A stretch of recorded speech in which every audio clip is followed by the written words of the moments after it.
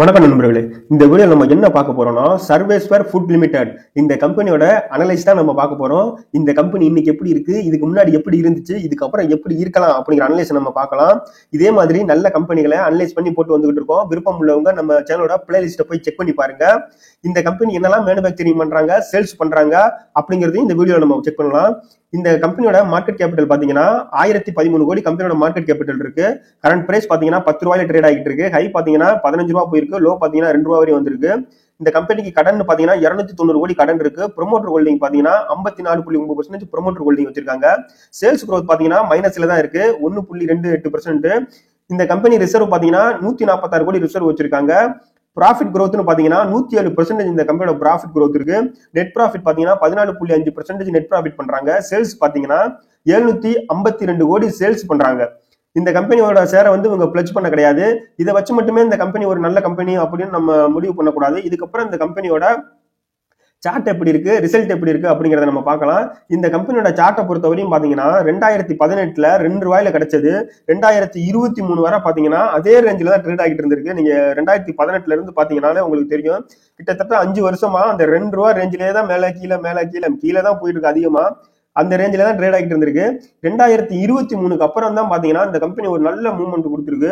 அதுக்கு என்ன காரணம் அப்படிங்கறத நம்ம ரிசல்ட்ல போய் தான் பார்க்கணும். அதே மாதிரி இந்த கம்பெனிக்கு ஒரு பெரிய ஹிஸ்டரி கிடையாது. 2018 தான் உள்ள வந்திருக்காங்க. அதுக்கு முன்னாடி இந்த கம்பெனி என்ன பர்ஃபார்மன்ஸ் பண்ணாங்கிறத நம்ம பார்க்க முடியாதனாலும் அதுக்கப்புறம் ஒரு நல்ல 23க்கு அப்புறம் தான் நல்ல மூவ்மெண்ட் கொடுத்துருக்காங்க. அது எப்படி, எதனால இந்த அளவுக்கு ஒரு பெரிய மூவ்மெண்ட் வந்திருக்கு அப்படிங்கறத இந்த கம்பெனியோட ரிசல்ட் பார்க்கும்போது தான் நமக்கு தெரிய வரும். நம்ம அடுத்த ரிசல்ட் பார்க்கலாம். இந்த கம்பெனியோட ரிசல்ட் நம்ம பார்க்கலாம். அதுல ஆனுவல் ரிசல்ட் நம்ம பார்க்கலாம். 2018 பாத்தீங்கன்னா இந்த கம்பெனி சேல்ஸ் 259 கோடிக்கு பண்ணியிருக்காங்க.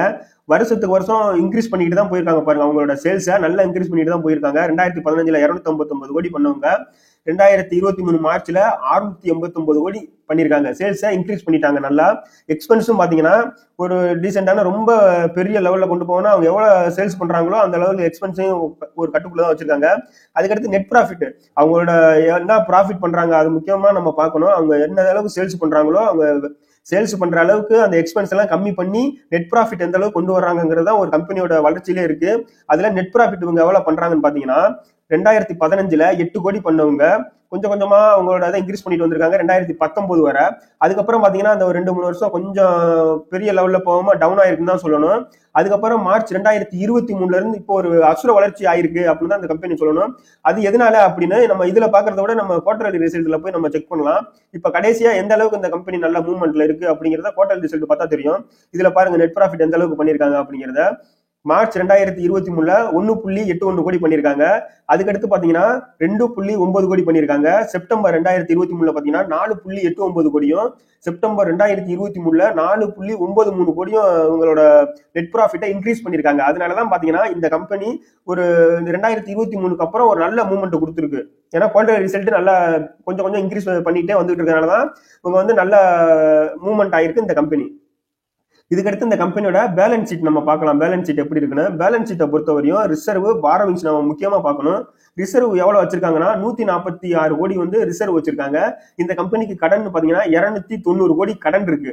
கடனை பாத்தீங்கன்னா அவங்க ஒரு மிகப்பெரிய லெவல்ல எல்லாம் இன்க்ரீஸ் பண்ணிட்டுலாம் போகல. அந்த மார்ச் 2019 227 கோடி வச்சிருந்தவங்க அந்த ரேஞ்சிலே தான் கடனை மெயின்டைன் பண்ணிட்டு இருக்கிறது பரவாயில்ல. ரொம்ப அதிகமா கடன் வாங்காம ஒரு ரேஞ்சிலே தான் கடன் வச்சிருக்காங்க. அதே மாதிரி ரிசர்வும் பாத்தீங்கன்னா அந்த ஒரு பெரிய லெவல்ல இன்க்ரீஸ் பண்ணி கொண்டு வந்துட்டு இருக்காங்க. பாத்தீங்கன்னா உங்களுக்கு தெரியும், மார்ச் 2019 21 கோடி வச்சிருந்தவங்க செப்டம்பர் 23 146 கோடிங்கிறதுனால ரிசர்வ் வச்சிருக்காங்க. கடன் இந்த கம்பெனிக்கு ஒரு பெரிய பிரச்சனையா இல்லாட்டினாலும் அவங்க கடனை இன்க்ரீஸ் பண்ணக்கூடாது. பெரிய லெவல்ல இன்க்ரீஸ் பண்ணிட்டு போகாம கடனை கம்மி பண்ணிட்டு வந்தாங்கன்னா இந்த கம்பெனி இன்னும் ஓரளவு மேல போறதுக்கு அதிக வாய்ப்பு இருக்கு. இந்த கம்பெனியோட ஷேர் ஹோல்டிங் பேட்டர்ன் நம்ம பார்க்கலாம். யாரெல்லாம் இந்த கம்பெனியோட ஷேர் ஹோல்டு பண்றாங்க அப்படின்னு. ப்ரோமோட்டர் பாத்தீங்கன்னா 2018 73% ஹோல்டு பண்ணிருக்காங்க. அதை பாத்தீங்கன்னா 2022 மார்ச் வரை 73% அவங்களே ஹோல்டு பண்ணிருக்காங்க. அதுக்கப்புறம் பாத்தீங்கன்னா ஒரு கிட்டத்தட்ட ஒரு 10-20% மேல வெளியில போயிட்டாங்க ப்ரோமோட்டர். அதுக்கப்புறம் மார்ச்ல இருந்து டிசம்பர் வரையும் அந்த அதே ரேஞ்சில தான் ஹோல்டு பண்ணிட்டு இருக்காங்க. எஃப்ஐ பாத்தீங்கன்னா 2.59% ஹோல்டு பண்றாங்க. டிஏ பாத்தீங்கன்னா இந்த கம்பெனி ஷேரை ஹோல்டு பண்ணல. பப்ளிக் பாத்தீங்கன்னா 42.49% ஹோல்டு பண்றது நல்ல விஷயம். இந்த கம்பெனியோட ஷேர் ஹோல்டிங் பேட்டர்னை பொறுத்தவரையும் ஒரு பெரிய நெகட்டிவ்லாம் கிடையாது. ஏன்னா அவங்க 54% ஹோல்டு பண்றாங்க. எஃப்ஐ பாத்தீங்கன்னா இப்பதான் மார்ச் 2023 அப்புறம் 2.5% வந்து எஃப்ஐ உள்ள வந்திருக்காங்க. எஃப்ஐ உள்ள வர்றாங்கன்னா அவங்க வந்து சும்மா சாதாரணமா ரீட்டைல் நம்மள மாதிரி ரீட்டைல் இன்வெஸ்ட்மெண்ட் மாதிரி ஏதோ ஒன்று அனலைஸ் பண்ணிட்டுலாம் உள்ள வர மாட்டாங்க. அவங்க வந்து இந்த கம்பெனி நல்லா மூவ்மெண்ட் ஆகிட்டு இருக்க காரணத்தினாலதான் அது நல்லா அனலைஸ் பண்ணி தான் இந்த கம்பெனிக்குள்ள 2.59% வந்து மார்ச்சுக்கு அப்புறம் உள்ள வந்திருக்காங்க. அதே மாதிரிதான் மார்ச்சுக்கு அப்புறம் தான் இந்த கம்பெனியோட மூவ்மெண்ட்டும் நல்லா போயிட்டு இருக்கு. இந்த கம்பெனி என்னெல்லாம் மேனுஃபேக்சரிங் பண்றாங்க, சேல்ஸ் பண்றாங்க அப்படிங்கறத நம்ம பார்க்கணும். இந்த கம்பெனி மேஜரா பண்றது பாஸ்மதி ரைஸ் தான் மேனுஃபேக்சரிங் பண்ணி சேல்ஸ் பண்ணிட்டு இருக்காங்க. பாஸ்மதி ரைஸ், நான் பாஸ்மதி ரைஸும் அவங்க மேனுஃபேக்சரிங் பண்ணி சேல்ஸ் பண்ணிட்டு இருக்காங்க. இந்த கம்பெனி பாத்தீங்கன்னா பல வகையான பிராண்டுகளை இவங்களே மேனுஃபேக்சரிங் பண்ணி சேல்ஸ் பண்றதுனால 2 கிலோல இருந்து கிட்டத்தட்ட 25 கிலோ வரையும் அவங்க பாக்கெட் பண்ணி மேனுஃபேக்சரிங் பண்ணி சேல்ஸ் பண்ணிட்டு இருக்காங்க. இந்த கம்பெனி இதே மாதிரி கடனை கம்மி பண்ணி சேல்ஸை குவார்டர் அண்ட் குவார்டர் இன்க்ரீஸ் பண்ணி நல்ல நிலைமையில அடுத்தடுத்த குவார்டர் நல்ல ரிசல்ட் கொடுத்துட்டு இருந்தாங்கன்னா இந்த கம்பெனி இந்த நிலைமையில இருந்தும் மிகப்பெரிய அளவுல மல்டிபேக்கர் ஆக கூட அதிக வாய்ப்பு இருக்கு. இந்த கம்பெனியா வாட்ச் லிஸ்ட்ல போட்டு வாட்ச் பண்ணிக்கிட்டே வாங்க. அதே மாதிரி இந்த கம்பெனி நல்லா போய்கிட்டு இருக்கு அப்படின்னு சொல்லிட்டு அதிகமா போய் ஒரே கம்பெனில யாரும் இன்வெஸ்ட்மெண்ட் பண்ணிடாதீங்க. நம்மளால முடிஞ்சா கொஞ்சம் கொஞ்சமா இன்க்ரீஸ்மெண்ட் பண்ணிக்கிட்டே வாங்க. அதே மாதிரி ரிசல்ட்டையும் நம்ம செக் பண்ணிக்கிட்டே இருங்க. ரிசல்ட் இந்த கம்பெனி வந்து குவார்டர் எப்படி போறாங்க அப்படிங்கிறத நம்ம வாட்ச் பண்ணிக்கிட்டே வந்துட்டு அந்த நல்லா வளருதா, அப்படி வளர்ந்துகிட்டு இருக்கு அப்படின்னு நமக்கு தெரிஞ்சா மட்டும் இந்த கம்பெனில ஒரு ரிசல்ட்டை பார்த்து நம்மளோட இன்வெஸ்ட்மெண்ட் இன்க்ரீஸ் பண்ணலாம ஒழிஞ்சு ஒரே நேரத்தில் ஒரே ஐடியா கொண்டு இந்த கம்பெனில இன்வெஸ்ட்மெண்ட் பண்ணிடாதீங்க. கொஞ்சம் கொஞ்சமா வாட்ச் பண்ணிக்கிட்டே வாங்க.